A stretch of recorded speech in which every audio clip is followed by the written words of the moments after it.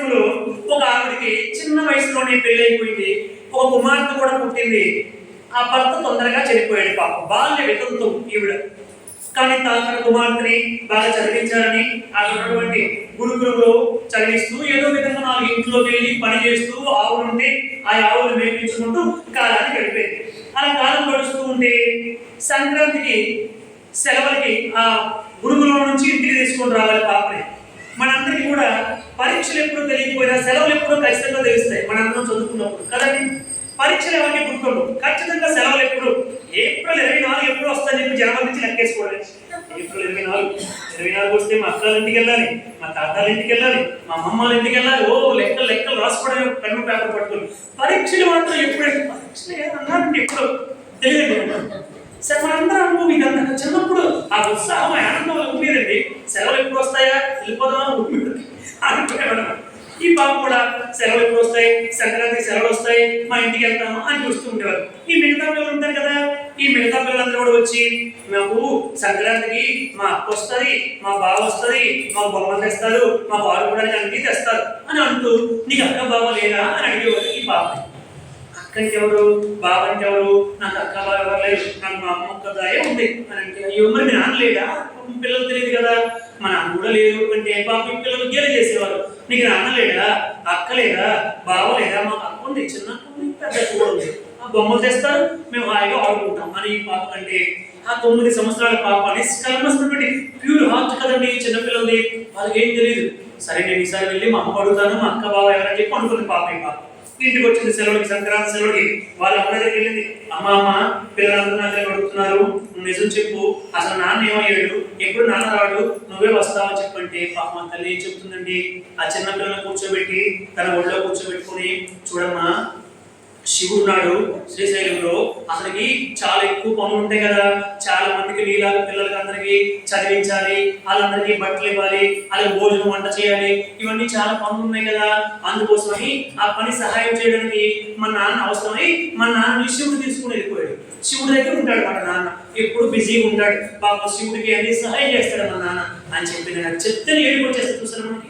అలా చెప్పి ఆ పాపని మార్చుకుంటూ వచ్చింది. ఆ పాప ఏమో అది ఎప్పుడు రాడా నాన్న, పండుగకి రాడా, మరి ఎప్పుడు వస్తాడైతే నాన్న అంటూ అడుగుతూ ఉండేది పాపం. ఈ తల్లి అలా చెప్పేది. మరి అక్క బావ లేదా మనకి, అది చిన్న అక్క ఉందంట, పెద్ద అక్క ఉందంట, బాగున్నారంటే అక్కడ శ్రీశైలంలో భ్రమరాంబికాదేవి ఉంది కదా, ఆ భ్రమరాంబికాదేవి మీ అక్క. మల్లికార్జునుడు ఉన్నాడు కదా, ఆ మల్లికార్జునుడే మీ బావమ్మ.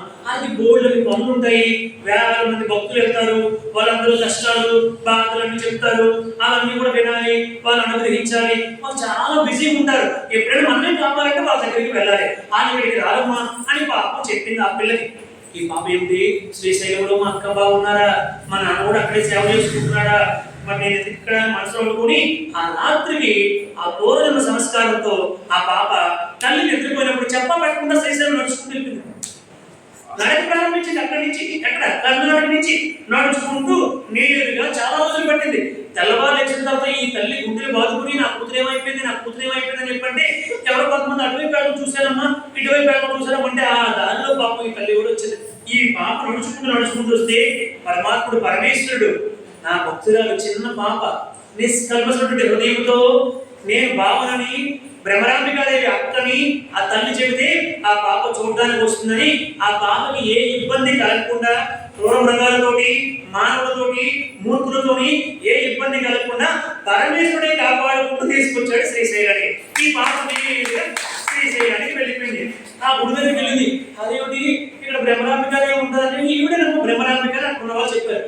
మరి విగ్రహం ఉందండి, మా అక్క కదా భ్రమరాంబిక, మరి మల్లికార్జునుడు ఏంటంటే మల్లికార్జునుడు ఇగో అమ్మాయి జ్యోతిర్లింగం అని చెప్పారు అందరూ.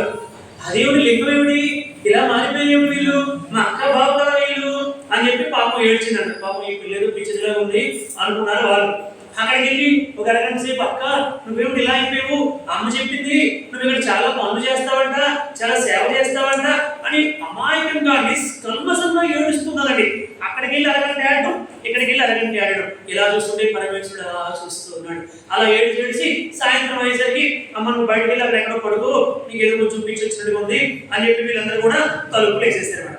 తలుపులు వేసేస్తే పాప బయట వరండాలో అక్కడ ఉన్నటువంటి ఆ రోజుల్లో ఏముంటుందండి, ఏ సౌకర్యాలు ఉండవు కదా, అక్కడ అలా కూర్చొని మా అక్క బావ ఏంటి విగ్రహాలు అయిపోయేలాగా అనేది అని చెప్పి చాలా బాధపడి తెల్లవారు అలాగే ఏడ్చుకుంటూ అక్క బావ అని ఏడ్చి ఏడ్చి ఏడ్చి నేను ఇంక చచ్చిపోతాను చెప్పి అక్కడ ఒక గొప్ప పర్వతం ఉంటే ఆ పర్వతం ఎక్కి ఆ పర్వతం మీద దూకేసిందండి. మా అక్క బావ లేరు, మా నాన్న కూడా లేరు, ఇంకెందుకు నేను చచ్చిపోతాను చెప్పి దూకేసింది. అంతే పార్వతీ పరమేశ్వరులు ఇద్దరు కూడా వెళ్ళి ఆనాడు ప్రహ్లాదుని ఎలాగైతే చేతిలో పట్టుకుని కాపాడారో ఆ చేతిలో పట్టుకుని ఆవిడ ఎటువంటి హాని లేకుండా కాపాడారు పార్వతీ పరమేశ్వరులు.